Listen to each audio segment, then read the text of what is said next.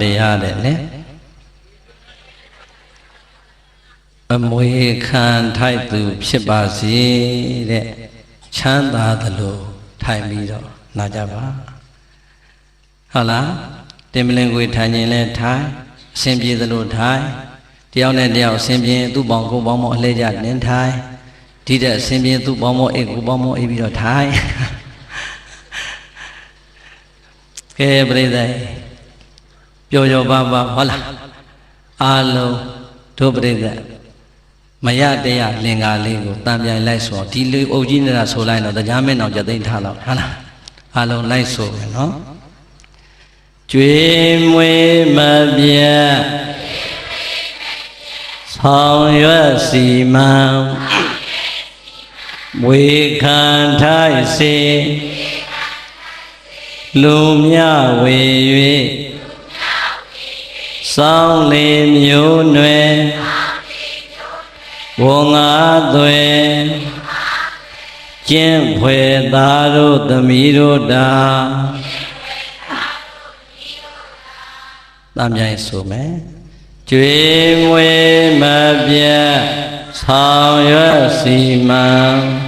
မွေခံထိုက်စေလူမြဝေ၍စောင်းလေမျိုးနွယ်ဝငါသွဲကျင့်ွယ်သားတို့သမီးတို့တာရမနေဘူးလားဘယ်ချိန်နဲ့ရလဲဘယ်ရွယ်နဲ့ရလဲဘာမှမသိတဲ့အရွယ်နဲ့ရတာကျွတ်တို့ညာသူညာသားဘုန်းကြီးကျောင်းတဝက်နဲ့ကြီးလာတာဆိုတော့အကုန်လုံးသိတယ်ဟုတ်လားဟိုးကလေးလေးဘဝအကိုရီအမတွေကျောင်းကပြန်လာရင်ဆိုပြနာတဲ့ရနေတဲ့ဒီလင်္ကာလေးဟာတို့ပြိဿအားလုံးရပြီးသားမဟုတ်ဘူးလားအာလုံးသောတို့ဓမ္မဆွေတော်မျိုးတော်တွေလည်းငယ်စဉ်တောင်ကြီးကလေးလေးဘဝတည်းကရလာခဲ့တယ်လို့ဟောဒီမှာဒီကနေ့ထောက်တာဝေကြီးကင်ထားတဲ့ကိုတော်လည်းဟိုးကလေးလေးကလေးကရလာတာပါပဲဒီတော့ပြိဿငယ်ငယ်လေးတွေကယဉ်ဤထိတွေ့လာတဲ့လင်္ကာလေးဖြစ်တော့ဘာမှမဆန်းတယ်လို့ပဲမအောင်မေဘူးလားဦးဇင်းတို့လည်းတရားတွေခေါ်လိုက်မှာဒီလင်္ကာကောင်းလိုက်တာလို့ဒီလင်္ကာဘသူရေးတာလဲလို့လေ့လာလိုက်တဲ့အချိန်ကျမှဟာပေါ့ပေါ့သေးသေးမဟုတ်ပါလားဆိုပြီးတော့စာတွေပြန်ကြည့်ရတာဟုတ်လားရှင်မင်းဒီအုပ်စိုးခဲ့တဲ့မင်းတို့မင်းတရားလက်ထက်တော်ကာလကလေးကသင်္ကစားသရောဘုရားကြီးကအာလုံးသောလူငယ်လူကြီးလူရွယ်လူလက်အကုန်လုံးလိုက်နာနိုင်အောင်ဗုဒ္ဓရှင်တော်မြတ်ဟောကြားလိုက်တဲ့သုတ်တန်ကြီးတစ်ခုလုံးကိုခြုံမိငုံမိအောင်ရေးဆက်လိုက်တဲ့အခါကျတော့အဲ့ဒါကိုလူသားတိုင်းသိနေတာကသာသမီဝတ္တရား၅ပါးဟုတ်လားတကယ်တော့ပြိဿမြန်မာကဗျာမြန်မာစာလို့ထင်တော်လဲပဲဒီအချက်အားလုံးဟာမြတ်စွာဘုရားရဲ့သုတ်တန်တစ်ခုလုံးကိုသောဘုရားကြီးကယူပြီးတော့ဆက်ထားတာဒီတော့ဒီလင်္ကာဟာဘုရားဟောလားမြန်မာစာကမြန်မာစကားလားဘုရားဟောစကားဟုတ်လားဗုဒ္ဓရှင်တော်မြတ်ကိုတော်တိုင်ရှင်တို့တော်ထွက်လို့ဟောကြားခဲ့တဲ့တရားဒေသနာသင်္ကစားသောဘုရားကြီးကလူသားတိုင်းအလုံးနားလည်အောင်ဆက်ဆိုခဲ့တဲ့အတွက်ကြောင့်မြန်မာစကားမြန်မာစာပေလို့မထင်လိုက်ပါနဲ့တဲ့ဒါဆိုရင်ဗုဒ္ဓရှင်တော်မြတ်ဘာကိုမိန့်ရင်တာလဲဟောဒီလောကကြီးထဲမှာသာသမီဖြစ်ကြတဲ့ပုဂ္ဂိုလ်တိုင်းအတွက်အမေတို့အဖေတို့ရဲ့နှုတ်ကမပြောထွက်လို့မပြောရလို့ပြောမထွက်ခဲ့တဲ့စကားတွေကိုရှင်တော်မြတ်ဘုရားကမိဘနှစ်ပါးရဲ့ကိုယ်စားရွှေနှုတ်တော်ထွက်လို့ဟောပေးထားတယ်တကယ်တော့ပြိဿမိဘဝတ္တရားလည်းမဟုတ်ဘူးသာသမီဝတ္တရားလည်းမဟုတ်ဘူးသာသမီတွေကိုကြည်ပြီးတော့အမေတို့အဖေတို့ရဲ့နှလုံးသားထဲကမျောလင့်သွားတဲ့မျောလင့်ချက်ဆိုရင်ပို့ပြီးတော့မှန်တယ်ဟုတ်လားနံပါတ်1မိန်တော်မူလိုက်တဲ့ကျွေးမွေးမပြတ်ဒါကိုဒုပရိသခိုင်မာတဲ့စကားလေးတခွန်းထည့်ပြောမယ်ဘတောဝါနောပရိသတိတဲ့ပါဠိတော်မှာဒီအတိုင်းလာအဲ့ဒီဘတောဝါနောပရိသတိဆိုတဲ့စကားလေးကိုသောဘုရားကြီးကကျွေးမွေးမပြတ်ဆိုပြီးတော့လေးလုံးနဲ့ပိုင်အောင်ဆက်ထားတာဟုတ်လား ဘုန်းတော်ကြောင့်ပါသခင်ဘုရားရှင်ကိုတော်မြတ်ရဲ့ရွှေနှုတ်တော်ကစတင်ပြီးတော့မိန့်လိုက်တဲ့စကားဟေမင်းတို့ကိုမွေးပေးလိုက်တဲ့မင်းတို့ရဲ့မိဘနှစ်ပါးသည်ငယ်စဉ်တောင်ကြီးဘဝလည်းနှလုံးပခုံးနဲ့လက်နဲ့သင်ဝါဘတ်တော်ကစီနဲ့လူဖြစ်အောင်ကျွေးမွေးဆောင်ရှောက်လာတဲ့အရွယ်ကလေးကအမေရင်ဝင်ထဲမှာနှုတ်ကြိုတွေတောက်ဆိုနေတဲ့သားငယ်သမီးငယ်ကလေးကိုကြည်ရင်နဲ့မင်းတို့ရဲ့အမေမျက်လုံးအိမ်မှာမျောလင်းချက်တွေနဲ့အာရပါရရှင်မြူနေခဲ့တယ်ဘယ်လိုများမျောလင်းရက်တွေထားခဲ့သလဲဆိုရင်ငါတို့သည်လောကကြီးထဲမှာအထီးကျန်တဲ့မိသားစုဘဝကလွန်မြောက်လို့လာခဲ့ပြီငါရင်ဝင်ထဲမှာဟောဒီမှာနှုတ်ကြိုတွေတောက်ဆိုနေတဲ့ငါသားကြီးငါသမီးကြီးလောကကြီးအလဲငါတို့ရဲ့မိသားစုဘဝထဲမှာရောက်လို့လာခဲ့ပြီတဲ့ငါတို့ကအခုလိုချစ်ချစ်ခင်ခင်ရိုးရိုးရရမြတ်မြတ်နိုးနိုးနဲ့ပြုစုလှုပ်ကြွေးပေးနေသလိုပဲသင်္ခါရသဘောတရားအတိုင်းတနေ့နေ့တစ်ချိန်ချိန်မှာအိုမင်းရင်ရောလာမယ်ငါတို့ကလည်းတခါတခါမှတတိရိမခိုင်ထမိန်မနိုင်ပစိုးမနိုင်ကျင်ငယ်မနိုင်ကျင်ကြီးမနိုင်ဖြစ်တဲ့ဘဝကိုရောက်ရအောင်မှာအဲ့ဒီလိုအသက်တွေကြည့်ပြီးတော့တတိရိမခိုင်ထမိန်မနိုင်ပစိုးမနိုင်ကျင်ငယ်မနိုင်ကျင်ကြီးမနိုင်ဘဝများရောက်ခဲ့မယ်ဆိုရင်ဘာမှအားငယ်စရာမလိုဘူးတဲ့ဟောဒီငါရင်ဝင်ထဲမှာနှုတ်ကြိုတွေအာရပါရတောက်ဆိုနေတဲ့ငါသားကြီးငါသမီးကြီးကငါတို့ကိုပြန်ပြီးတော့ပြုစုလုပ်ကြွေးပေးမှာတဲ့နှုတ်တိုက်နေတဲ့အမေရင်ထဲမှာလည်းမျောလင့်နေတယ်ဘေးနာကအမေကိုအားပေးနေတဲ့အဖေမျက်နာကလည်းပြုံပြုံကြီးနဲ့မျောလင့်ခဲ့ဘူးပါတယ်တဲ့မြတ်စွာဘုရားကဒီစကားကိုမိန့်ညင်တာဟုတ်လားမင်းတို့ကိုငယ်ငယ်လေးတည်းကကွာတဲ့နှုတ်ကြိုတိုက်ကြွေးတဲ့ကမင်းအဖေနဲ့မင်းအမေကမျောလင့်သွားတယ်ငါတို့ကဟောဒီမှာရိုးရာပြုစုပေးနေတဲ့လုံငါတို့အသက်ကြီးရင်လေငါသားကြီးငါသမီးကြီးကငါတို့ကိုပြန်ပြီးတော့ပြုစုလုပ်ကြွေးပေးမှာလို့နံပါတ်1မျောလင့်ချက်အနေနဲ့မျောလင့်သွားတယ်တဲ့ပရိသတ်ရေမိဘနှစ်ပါးရဲ့ယင်တွေကမျောလင့်ချက်ကိုမိဘနှစ်ပါးကတော့မပြောရလို့မပြောထွက်ခဲ့ပေမဲ့မြတ်စွာဘုရားကရွှေနှုတ်တော်ထွက်လို့မိန့်ခဲ့ဘူးတယ်ဒီတော့အားလုံးတို့သာသမီဖြစ်ကြတဲ့ဦးဇင်းတို့အပါဝင်အားလုံးဓမ္မဆွေတော်မျိုးတော်တွေအမေတို့အဖေတို့ကရင်ဝင်ထဲမှာနှုတ်တိုက်စဉ်ကာလကလေးကမျောလင်းခဲ့တဲ့ဒီမျောလင်းချက်ငါသည်အမေနဲ့အဖေအပေါ်မှာဘလောက်များကြည်ခဲ့ပြီလေတဲ့ကိုရေကြီးပြန်ပြီးတော့သုံးသက်ကြည်စမ်းမှာကြည်ပြီလားစဉ်းစားနော်အမေတို့ကဟောဒီရင်ဝင်ထဲမှာနှုတ်ကြိုတိုက်ကြွေးစဉ်ကာလကလေးကမျောလင့်သွားတာ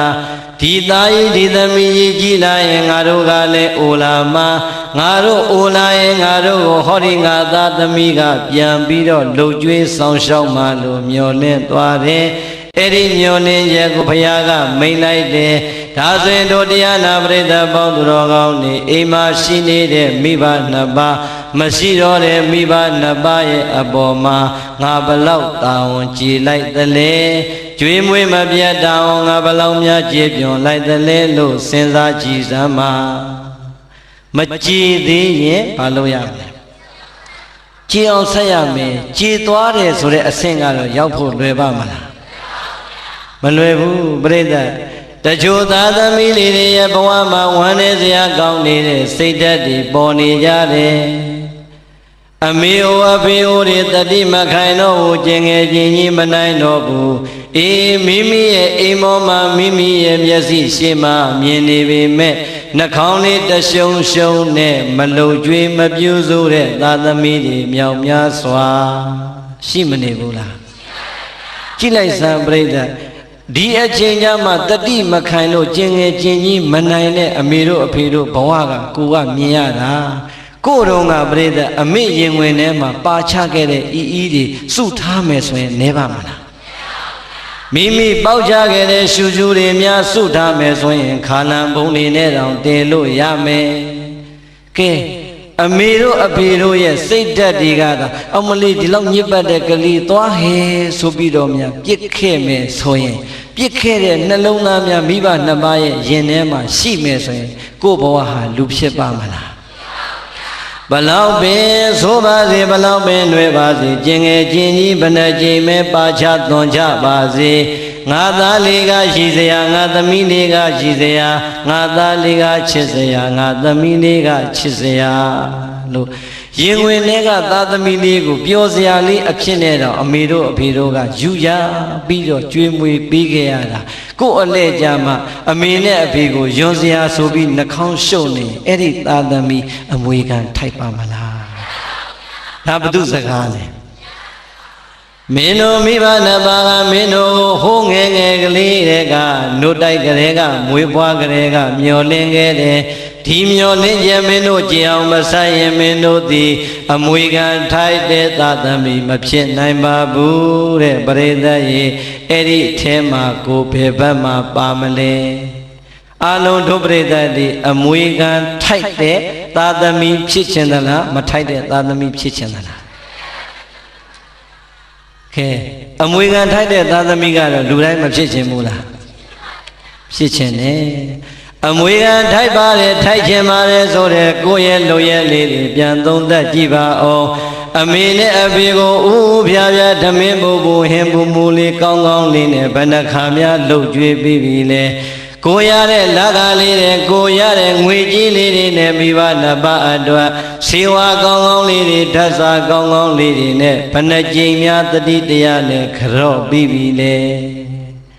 ခြေစုပ်လက်နဲ့ဆိုတာအသာထားအောင်နော်ကျွတ်တို့တောသူတောင်သားလူရန်စားတွေရဲ့အသိဉာဏ်တွေထဲမှာသိပြီးတော့မလုပ်ဖြစ်တာတွေအများကြီးပဲ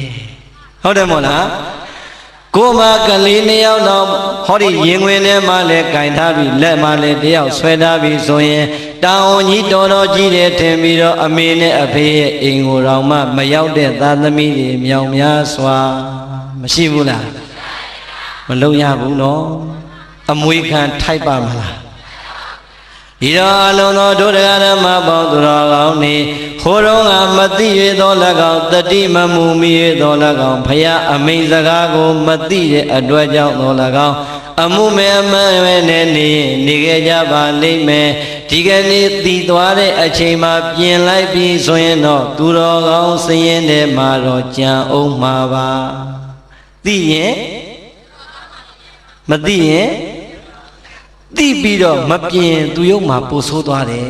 ဟုတ်တယ်မို့လားဒါကြောင့်မိမိတို့ရဲ့မိဘနှစ်ပါးသက်ရှိထင်ရှားရှိသေးတယ်ဆိုရင်တတ်နိုင်အောင်ကြိုးစားပြီးတော့ကျွေးမွေးပါတတ်နိုင်အောင်ကြိုးစားပြီးတော့ပြုစုလုပ်ကြွေးပါမိဘနှစ်ပါးရဲ့အပေါ်မှာမိမိတို့ရဲ့ယူရပေးလိုက်တဲ့ထမင်းပူပူဟင်းပူပူလေးနဲ့ခြာကျွေးလိုက်စမ်းပါမိမိတို့ရဲ့သိတတ်တဲ့အသိလိမ္မာလေးတွေနဲ့အမေတို့အဖေတို့ရဲ့နှလုံးသားကိုအေးချမ်းစေလိုက်စမ်းပါဟုတ်လားကျွေးမွေးမပြတ်ဆိုတာအဲ့ဒါပဲငါတို့ကကျွေးမွေးခဲ့သလိုပဲတဲ့ငါသားကြီးငါသမီးကြီးကြည့်ရင်လေငါတို့အားငယ်စရာမလိုတော့ဘူးပြုစုစောင့်ရှောက်မဲ့သူလောကကြီးမှာရလာပြီဆိုပြီးမျှော်လင့်ထားတယ်ဟုတ်လားတချို့သားသမီးလေးတွေပြောတာရှိသေးတယ်ကိုရောတဲ့ကိုမှလည်းသားသမီးနဲ့လူမွေးစည်းဝါးကတက်နိုင်တဲ့လောက်တော့ကြွေးတာပဲတဲ့ဘယ်အချိန်တိုင်းတော့လှုပ်ပေးနိုင်မလဲတဲ့ကဲအဲ့ဒါမျိုးရောမကြဘူးလားစဉ်းစားကြည့်စမ်းကျုပ်တို့ခမည်းတော်အမေရိကကျုပ်တို့ကိုတက်နိုင်တဲ့လောက်ရွေးပြီးမွေးလာတာဟုတ်ရဲ့လားအာရရရှိလို့မွေးလာတာဟုတ်ရဲ့လားတက်နိုင်အောင်ကြိုးစားပြီးတော့မွေးလာတာမိုးဘလောက်ခေါင်ခေါင်သီးနှံနေဘလောက်ပဲမရပါစေအမေရင်ဝင်တွေကမွေးလာမဲ့ကိုယ်နေကိုတော့အမေကယူရလို့ပေးနေတာပါပဲကို့အလဲကြမှာတတ်နိုင်တဲ့လောက်တော့လှုပ်ကြွေးတာပဲဆိုတော့ကို့ပါဇက်ကထွက်တဲ့စကားကြီးကအရန်အောက်တန်းကြမနေဘူးလားမပြောပါနဲ့ပြောလည်းမပြောပါနဲ့အဲ့ဒီစိတ်ဓာတ်တွေလည်းမရှိပါနဲ့အမေနဲ့အဖေကိုယူရလိုက်စမ်းမှာပြုစုလိုက်စမ်းမှာလှုပ်ကြွေးလိုက်စမ်းမှာအဲ့ဒါဆိုရင်မိဘနှစ်ပါးရဲ့နှလုံးသားမှာလည်းငြိမ်းချမ်းလိမ့်မယ်ကိုယ့်ရဲ့ဘဝမှာလည်းဖရာသာဓုခေါ်ခံရတဲ့ပုဂ္ဂိုလ်ဖြစ်သွားလိမ့်မယ်ဒီဘဝမှာလည်းជីវတိုးတက်လိမ့်မယ်ဘဝတန်ត្រာမှာလည်းအစင်းမြင့်တဲ့သုဂတိဘဝကိုရောက်ရလိမ့်မယ်အကောင်းကြီးဖြစ်လာမှာပါဟုတ်လား ဒီတော့နံပါတ်1အမွေခံထိုက်ဖို့ဆိုရင်မိဘကိုဘာလုပ်ရမလဲပြုစုလုပ်ကြွေးရမယ်ဒါဆိုရင်နံပါတ်2အပိုက်ကဘာတဲ့လဲဆောင်ရွက်စီမံနဲ့ဟောဒီငါတို့ရဲ့ရင်ဝင်ထဲမှာနှုတ်ကြိုတွေတောက်ဆုံနေတဲ့ငါသားငါသမီးကြီးတပြေးတပြေးနဲ့လူလုံးလူပန်းကြီးကြီးလာမှာဘဝမှာပညာရေးနဲ့ပဲစီဝါရေးနဲ့ပဲဒီကူးဝင်လာတဲ့အခါရောက်ရင်ငါတို့လုံနေတဲ့ငါတို့ရဲ့လူမှုရေးတာဝန်တွေစီဝါရေးတာဝန်တွေပညာရေးတာဝန်တွေဘာသာရေးတာဝန်တွေကိုပခုံးပြောင်းပြီးတော့ငါတို့ကိုကူညီစောင့်ရှောက်ပေးမှာလို့မိဘနှစ်ပါးရဲ့ရင်ထဲကနံပါတ်2ညှို့လင်းချက်ပေါ်လာပြန်ပြီတဲ့ဟုတ်လားမင်းတို့ရဲ့မိဘနှစ်ပါးကမင်းတို့ကိုဒုတိယမျောလင်းကြံနဲ့မျောလင့်သွားပြန်တယ်ဖယားမိန်တော်မူလိုက်တယ်အဲ့ဒါပါလေဆိုရင်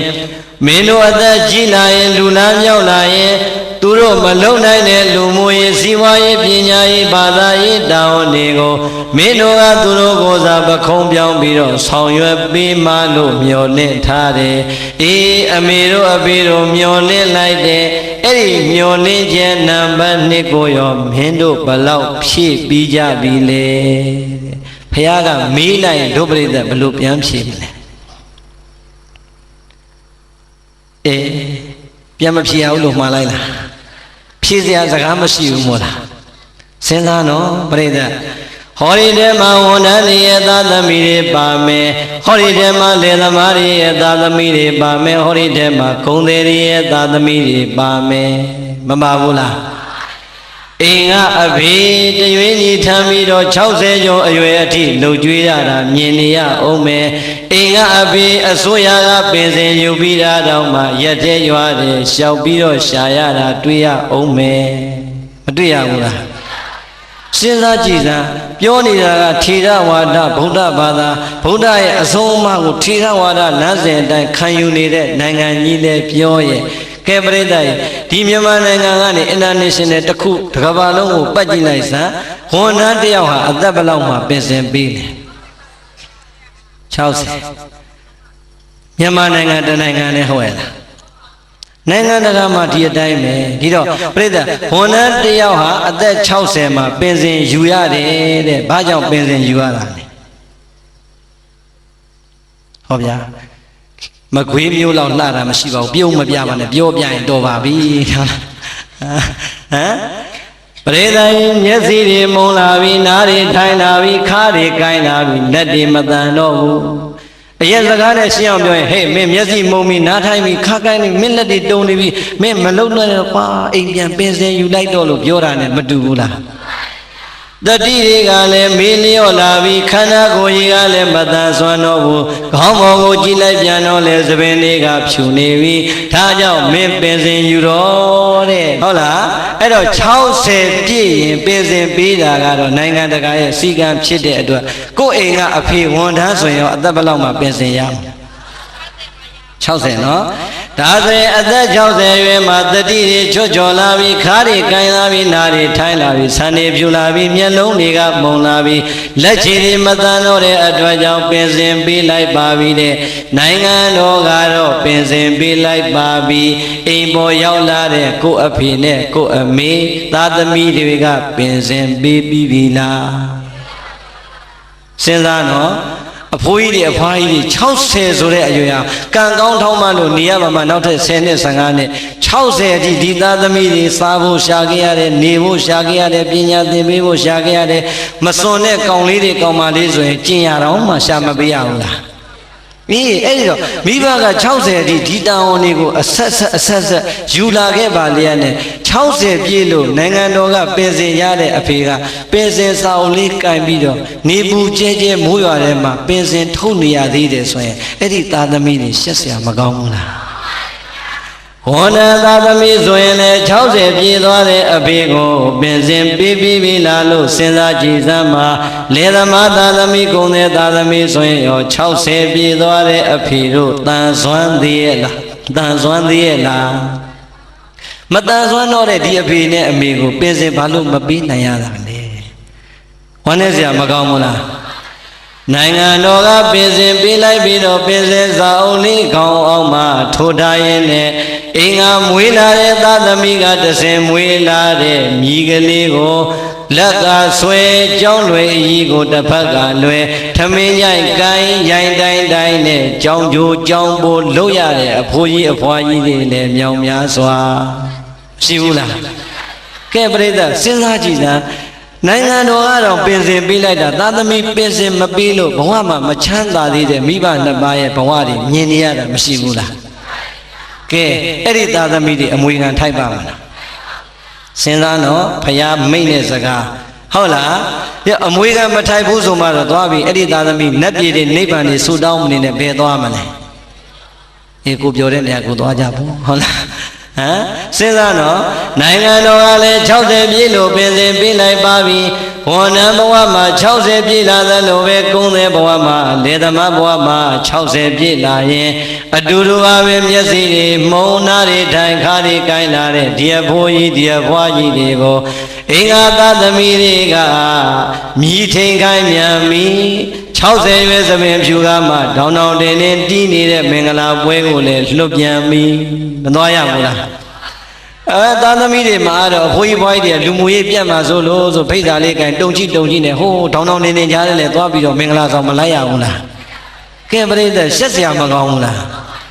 60အထိလှုပ်ကြွေးလာပြီပဲတော်ပါတော့အနာပေးလိုက်ပါတော့ဟုတ်လားအဖေတို့အမေတို့ရဲ့ယင်ထဲမှာတော့မိမိကိုမွေးကင်းစားရွယ်တဲ့ကမျောလင့်လာတဲ့အခါအဲ့လိုများလှုပ်နေရရင်သာသမီညိုညင်မှာစိုးလို့လှုပ်ပေးနေရပေမဲ့အဖေနဲ့အမေရဲ့ယင်ထဲကတောကအပူဟာငြိမ်းပါမလားအောင်မလေးကွာငါတို့မွေးအောင်လဲကြိုးစားကြရတယ်ကျွေးအောင်လဲကြိုးစားကြရတယ်ပညာလဲသင်ကြရတယ်သာသမီရမြည်ရတာတော့မှငါတို့ကိုဒီတိုင်းပဲခိုင်းလို့ကောင်းတော့နဲ့ရင်ထဲမှာတော့တောကရာသည်ပါပဲရင်ထဲကတောကတွေဟာငြိမ်းပါမလားဒီတော့ကဲပြိဿအဲ့ဒီသာသမီမျိုးကိုရက်ွက်ကလူကြီးကြီးနော်ကြည်စမ်းမအောင်ဟဲအဖေဘိုးကြီးဘွားကြီးဒီလောက်ဖြစ်နေတာခိုင်းလို့တော့ဆိုတဲ့ဝေဖန်တန်ကြီးရောမကြားရနိုင်ဘူးလားကြားရနိုင်တယ်အဲ့ဒီတဲ့ဝမ်းနေစရာကောင်းတာကပြိဿတချို့အဖိုးကြီးဘွားကြီးတွေကလေဝါသနာလေးပါလာလို့ငါတရားပွဲသွားအောင်မယ်နော်တို့တရားပွဲသွားအောင်မယ်ဆိုဟာဖေတို့မင်းတို့ကလည်းဗျာနေသားမှာဒီညဇကားကောင်းလို့ပါခင်ဗျားတို့မြည်နေတဲ့အိမ်မှာအိမ်ဆန်းမှာဆိုသွားလို့ရသေးလားသူတို့ကျွေးတဲ့အလက်ရောက်ပြီဆိုတဲ့အခါကျတော့လေမိဘနှစ်ပါးကအရှုံးပေးငြိမ်နေရတာပဲဒါကြောင့်မဖြစ်စေနဲ့ဟုတ်လားကျွေးမွေးမပြတ်ဆောင်ရွက်စီမံဟောဒီတန်ဝန်နေရကိုမကြေပြုံကြဖို့ဆိုရင်တော့အဲ့ဒီသာသမီတွေမြတ်စွာဘုရားမိန့်လိုက်တာအမွေခံလုံးဝမထိုက်တဲ့သာသမီတွေဖြစ်ပါပြီဝမ်းနဲ့စရာမကောင်းဘူးလား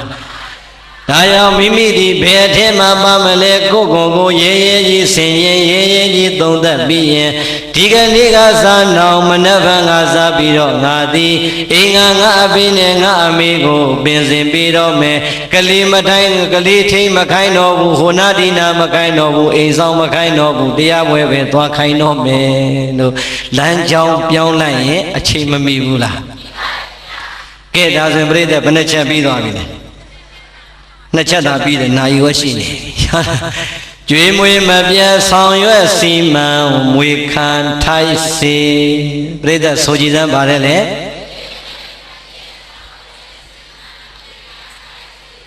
မွေခံထိုက်စေဟဲ့စကလုံးလေးမလှဘူးလားကျုပ်ကဆရာတော်ကြီးအုံနောက်ဖောက်စားတာဒီစကလုံးယူပြီးမှအမွေခံထိုက်သူဖြစ်ပါစေဆိုနည်းနည်းပြောင်းလိုက်တာဟုတ်လားငွေခံထိုက်စေတဲ့နော်ပြိဿစကလုံးလှတယ်မိဘနှစ်ပါးကမိမိကိုနိုးရိုးတိုက်ကျွေးတဲ့အရွယ်တုန်းကတတိယမျောလင်းသွားတဲ့မျောလင်းချက်ကငါတို့သည်ဟောဒီလောကကြီးအလယ်မှာဇီဝတွေပညာတွေရှာရင်းနဲ့တပြေးပြေးနဲ့သေဆုံးသွားကြပါငါတို့သေဆုံးသွားမယ်ဆိုရင်ဘာမှပူစရာမလိုတော့ဘူးဟောဒီလောကကြီးထဲမှာလောကုတ္တရာနယ်ပင်မှာထားခဲ့တဲ့လောကုတ္တရာအမွေတွေရှိတယ်လောကီနယ်ပင်မှာထားခဲ့တဲ့အိုးအိမ်ချမ်းမြေတိုက်တာရွှေငွေတွေကြံခဲ့လိမ့်မယ်ဟောဒီကြံခဲ့တဲ့လောကီလောကုတ္တရာအမွေကောင်းလေးကိုဖြင့်ဟောဒီငါသားတွေငါသမီးတွေကဆက်ပြီးတော့အမွေခံကြမှာ ငါတို့အမွေတွေကိုလည်းအမွေခံမဲ့သားသမီးတွေရပြီဆိုပြီးတော့ကိုယ့်ကိုနှုတ်တိုက်နေရင်လည်းအမေတို့အဖေတို့ကပျော်လာခဲ့တာဟုတ်လားဒီတော့သားသမီးတွေရဲ့ဘဝဟာဟမ်မကြဘူးလားအမေဖေသေးတော့အမွေတွေဘယ်လိုရလဲသားသမီးတွေရတာသိကြလားအမေနဲ့အဖေသေးရင်သားသမီးတွေအမွေခံထိုက်တယ်ဆိုပြီးတော့အမွေတွေယူလိုက်ကြတာပရိသတ်ရဲ့ပြေးအားပြေးကြောင်ခွဲလို့မပြီးဘူးဆိုရင်ရုံအောင်တက်ပြီးတော့အမွေခံထိုက်တာရုံတက်ပြီးတော့အမွေတွေမခွဲကြဘူးလားအမွေခံထိုက်လိုက်တဲ့သားသမီးတွေအမေနဲ့အဖေအသက်ထင်ရှားရှိစဉ်ကာလတုန်းကတော့ဟိုသားကိုပို့ပြီးတော့မျက်နှာလိုက်တဲ့ဒီသမီးအငယ်ကြတော့ပို့ပြီးတော့ဦးစားပေးတယ်ဆိုပြီးတော့စိတ်ကောက်သလိုစိတ်ဆိုးသလိုနဲ့အမေနဲ့အဖေရဲ့အိမ်ကိုမလာအမေနဲ့အဖေသေးပြီးဆိုတဲ့အခါရက်ကွက်ကသိအောင်သားသမီးအရင်မှန်သိအောင်ငိုရတာလဲပင်ပန်းကြပါတယ်ဒီလိုသားသမီးတွေရောမရှိဘူးလားအောင်ဖို့ကောင်းတယ်အမေနဲ့အဖေအသက်တင်ရှားရှိတယ်ကတော့အမေတို့ကသူ့ကြတော့ပို့ပေးတယ်ကျွန်တော်ကြတော့လုံးမပေးဘူးဆိုစိတ်ဆိုးမလားသေတဲ့အခါကျအဲ့ဒီလူကအချင်းငိုတာဘာဖြစ်လို့လဲအမွေစင်းထဲမှာမပါမှကြောက်လို့ဟုတ်လားဒီတော့ပြိဿအမွေခံထိုက်ပါတယ်ဆိုပြီးတော့လောကဥပဒေကရောမပေးထားဘူးလားလောကဥပဒေကပေးလို့စားလိုက်ပေမဲ့ပြိဿအမွေကိုတခင်မထိုက်တဲ့သားသမီးဟာခံစားတိုင်းကြောက်เสียမကောင်းဘူးလားဒါဆိုရင်အာလုံးသောတို့တရားနာပရိသတ်ပေါင်းသူတော်ကောင်းတွေဟောဒီမကွေးတိုင်းရဲ့မကွေးမြို့နယ်မှာအမွေခံတိုက်တဲ့သားသမီးတွေထဲမှာဘယ်မွေတွေဘလောက်ခံနဲ့အမေတို့အဖေတို့လက်ထက်တုံးကဖရာတကာကျောင်းတကာတွေဖြစ်သွားတဲ့မိဘတွေမြောင်များစွာမရှိဘူးလားဇယက်တကာလမ်းတကာဂူကျောင်းတကာဖြစ်သွားတဲ့မိဘတွေမရှိဘူးလားကဲပရိသတ်နောက်တစ်ခုမေးမယ်နော်ဟောဒီမှာစင်းလေးရွှေလေးငွေလေးတိုက်တွေကားတွေကြတော့လူရက်ပြီးတော့ငါတို့လဲဆိုင်နေငါလဲပိုင်နေလို့ခွဲနေလိုက်တဲ့သာသမီတွေအဖေတို့အမေတို့လူခဲ့တဲ့ဇယက်တစောင်းဂူကြောင်းနေကြတော့ဟေ့ဒါကတို့အမေလူခဲ့တဲ့ဇယက်ဒီဇယက်ကိုငါတို့အမြဲတမ်းမပြတ်အောင်ထိမ့်သိမ်းစောင့်ရှောက်လူမယ်ဘယ်သူမှမကတ်နဲ့ဆိုပြီးတော့များအဲ့ဒီကောင်းမှုအလှူတွေကြတော့အမွေကိုလူခွဲတာကြားဘူးလားတချို့ဘုန်းကြီးတွေကအပြောကောင်းတယ်တကားလေးတွေလာအောင်ဒါမင်းတို့မိဘတွေလူခဲ့တဲ့ဇယက်ကွာအခုပြိုကြတော့မယ်ငါလည်းပြင်ကောင်းမလားစဉ်းစားမင်းတို့မိဘအမွေဆိုတာခံယူတိုက်တယ်ကွာပြင်ညာဆိုတော့မသိကြအောင်ဆောင်သွားတဲ့သားသမီးတွေမရှိဘူးလားဟောကဲဝမ်းနေစရာမကောင်းဘူးလားအဲ့ဒီအကြောင်းများတွေ့လေကျုပ်ကအမြဲတမ်းဝမ်းနေတယ်ဘာဖြစ်လို့လဲသိလားကျုပ်ဖြစ်ပုံဟုတ်လားဖြစ်ပုံလေးပြောပြမလို့နိုင်ငံခြားမသွားခင်ပတ်စံလေးစုထားတာ3,800,000ရအဲ့တော့ကျွတ်တို့သွားတဲ့ချိန်ဒေါ်လာမှ220ပဲရှိတာမလီ2သိန်းကျော်ရရင်ဒေါ်လာ1,000ရရင်ငါသွားလို့ရတယ်ဆိုစုထားတာအဲ့ဒီဆရာတော်ကြီးကမောင်ကောင်းကြီးရေးနဲ့ရိတ်တာလေးဖွင့်ရအောင်ကွာတဲ့ဟာဆရာတော်ရိတ်တာဖွင့်ရင်ကျောင်းကကျင်းတယ်လို့တပည့်တော်ကျောင်းနည်းနည်းချက်မှရမယ်ချက်ပေါ့ကွာတဲ့ဆရာတော်ဒီအလူရှင်တွေကအခုရှိသေးလားဟာလူကြီးတွေတော့မရှိတော့ကွာသူသားသမီး9ယောက်ကတထေးသေးကွာတဲ့မင်းတို့လှုပ်လိုက်တယ်လှုပ်ပြီးသူတို့ခေါ်လိုက်ရင်လူမှာပေါ့ကွာဟာဒါဆိုရင်တော့ချမယ်ပေါ့ခွင်မဲပေါ့ငါမပြည့်တဲ့2,200,000လေးပြည့်ရင်လည်းပြည့်သွားမယ်ပေါ့ဟဲ့လားရှိတာလေးရင်းထည့်လိုက်အောင်မယ်ဆိုဟဲ့လားကြောင်ကိုဖြိုးဖြက်ချထည့်လိုက်တာချပြီးတော့တကားလည်းအမြန်ဆောက်တစ်ခန်းချဲ့ပြီးတော့အမြန်ဆောက်ပြီးတော့ကောင်းမှုရှင်လေးအရင်တိုင်းပြန်တက်ဆေးတောင်တုတ်ထားလိုက်သေးတယ်ကဲဆရာတော်ဘုန်းကြီးတကား9ယောက်ဖိတ်လိုက်တော့မနက်ဖြန်မွေးငါချက်ခိုင်းထားမယ်မွေးငါလေးချက်ခိုင်းထားပြီးတော့ကျောင်းကနေဆောက်ကဲတကားကြီးတို့လာကြခမရတို့အလှူရဲ့အကြောင်းရင်းရောသိပြီလားမသိဘူးဗျာဆရာတော်ကြီးခေါ်လို့လာတာအေးဒီမှာဒါခမရတို့မိဘတွေလို့ပြောတယ်ဟာဟုတ်တယ်ဗျာတပြည့်တို့မိဘတွေလှူခဲ့တာအဲ့ချိန်ကြီးတော့အတက်တရောဝမ်းသာနေတာဟုတ်လားဟုတ်ပြီဒီနေရာလေးခုကျတို့ရိတ်တာဖွင့်မှာမို့လို့ယောဂီတွေတရားထိုင်ဖို့နေရာကျင်းလို့ခုတခန်းချက်လိုက်တာတခါကြီးအစာဆိုဟိုအောင်ဒီအောင်ပေါင်းလိုက်3 သိန်းတော့ကုန်တယ်အဲ့တော့သားသမီးဆိုတော့မိဘအမွေခံထိုက်တော့ခံရတာပေါ့ဗျာလို့ခမရတို့သားသမီးတွေလှူလို့ရအောင်လို့ကျုပ်ကပြောပေးတာလို့အဲ့ဒါလေးခေါ်ပြောတာဆိုတော့လေတယောက်နဲ့တယောက်မျက်စပြင်းပြီးတော့မလှုပ်တော့ကိုကဟောဒီလူတွေစိတ်နေရှူတွေတွဲလဲနဲ့ဒီလောက်လာကြအေးစစ်ပါလို့ကံကောင်းလို့များ3 သိန်းကျော်လို့ရင်ငါမျက်အောင်မှာနော်လားပြီးလဲပြီးရောပြန်လဲပြန်ကန်ပြီးဘုံရေတပည့်တို့ပြန်တော့မယ်နော်တဲ့ဝမ်းသာတဲ့ဘုံရေတာဓုခေါ်တယ်ဘုံနဲ့တပည့်တို့နောက်ပွားကြတော့ရေဆက်ဆုံးမှာပေါ့ဆိုတော့ဟောဗျာတာဓုတစ်လုံးပဲရဟဲ့ငါဒီတိုင်းသွားပါဟာလားပရိသတ်စဉ်းစားကြည့်ကြုံပါလေအကြံကောင်းရင်တစ်ချက်လို့အောင်မိလိုက်တာ3 သိန်းတောင်သူများကျ3 သိန်းကျော်ကျွေးတင်လိုက်သေးတယ်ဟုတ်လားအဲ့ဒီသားသမီးမျိုးနဲ့တွေ့ပြီဆိုတော့ဘုန်းကြီးတော်မှမရဘူးရှုံးတာပဲဟုတ်လားအဲ့တော့ပရိသတ်အဲ့ဒီလိုသားသမီးတွေအများကြီးလောကမှာမရှိဘူးလား ရှိတယ်ဟုတ်လားမိဘရဲ့အမွေကိုလောကီစည်းစိမ်နေကြတော့အပြိုင်ခွဲအပိုင်ယူခဲ့ပြီးတော့အမေတို့အဖေတို့ရဲ့စည်းစိမ်နဲ့ချမ်းသာလာတဲ့ဘဝကြီးကိုမေးပြီးတော့အမေတို့အဖေတို့ဆောက်ခဲ့တဲ့ကျောင်းဇရက်ဖယားဒါလေးတွေတောင်ပြန်ပြင်ဖို့အထိသရာမရှိတော့ဘူးဆိုရင်အဲ့ဒီသားသမီးအမွေခံထိုက်ပါမလားပရိသတ်ရဲ့လူသားမဘဝကိုမဆိုပါနဲ့ယဟန်တစ်ပါးရဲ့ဘဝကိုနည်းနည်းလေးအာယုံပြုကြည့်ပါယဟန်နေမှာပရိသတ်ကိုယ်တိုင်စီးပွားရှာပြီးတော့လှုပ်ရှားလို့ရရလားဘသူတွေပေးတာစားရတယ်တရားဓမ္မလှူတာကိုစားရတာပရိသတ်ဟာလွယ်လွယ်လေးရတာဘုန်းကြီးတွေအစဉ်ပြေလိုက်တာလို့မအောင်မင်းနဲ့မစားတတ်လို့ရှင်နောက်ဘဝခမရတို့အိမ်မှာကျွတ်တို့ကဘာပြန်ဖြစ်မှန်းမသိဘူးဘာဖြစ်လို့လဲမြတ်စွာဘုရားကအဲ့ဒီမှာအမိန့်တစ်ခုထုတ်ခဲ့တယ်ဟေ့ငါသားတွေမင်းတို့တရားဓမ္မလှူတဲ့ပစ္စည်းလေးပါးကိုပြည့်စွက်ခန္ဓာမစင်ခြင်းပဲနဲ့စားရင်တဲ့မင်းတို့စားတာဟာတန်တွေတန်ခဲမိကြီးရဲရဲကိုဝါမျိုးနေတာနဲ့အတူတူပဲတဲ့ခဲကြောက်စရာမကောင်းဘူးလားတရားဓမ္မလှူလိုက်တဲ့ဆုံးအလကားရတာပဲဆိုလွယ်လွယ်စားလို့မရဘူးဦးဇင်းတို့ကဒီဆုံးကိုပြည့်စွက်ခန္ဓာဆင်ခြင်းမေတ္တာပို့ပြီးမှဖုံးပေးရတာအဲ့ဒီလိုမဖုံးပေးဘူးဆိုတာနဲ့ဒီနေ့24နာရီပြည့်ည12နာရီထိုးရတဲ့ဦးဇင်းဟာအဲ့ဒီတနက်အဲ့ဒီတရက်စားလိုက်တဲ့အာဟာရအားလုံးဟာဦးဇင်းအတွက်ကျွေးတင်သွားပြီတန်တရာအထိကျွေးတင်သွားပြီကြောက်စရာမကောင်းဘူးလားဘာအပြစ်မှမကြည့်ဘူးနော်မေတ္တာမပို့မစင်ကျင်တာလေးပဲရှိတယ်ကဲ229သွဲသိက္ခာပုဂ္ဂိုလ်ဆင်မြန်းထားတဲ့သီလနဲ့ပြည့်စုံပါတယ်ဆိုတဲ့ရဟန်းတော်တွေတောင်မှမိမိကိုလူတန်းလိုက်တဲ့စွမ်းကိုမေတ္တာမပို့ပဲဖုံးမေသုံးဆောင်ရင်ပြည့်စုံခန္ဓာမဆင်ခြင်းမဲနဲ့ဖုံးမေသုံးဆောင်ရင်အေးအဲ့ဒီကိုတော့တန်တွေတန်ခဲမိကြီးရဲရဲကိုခဲစားနေတာနဲ့တူပါတယ်ဆိုရင်တော့ပရိသတ်ရေမိဘနှစ်ပါးရဲ့လောကုတ္တရာအမွေတွေကိုမသိကြအောင်ဆောင်လောကီအမွေတွေကိုတော့အပိုင်ယူပြီးတော့မိနေတဲ့သသမီးတွေအမေတို့အဖေတို့ထားခဲ့တဲ့အမွေတွေထမင်းလုံးတစ်လုံးတစ်လုံးကို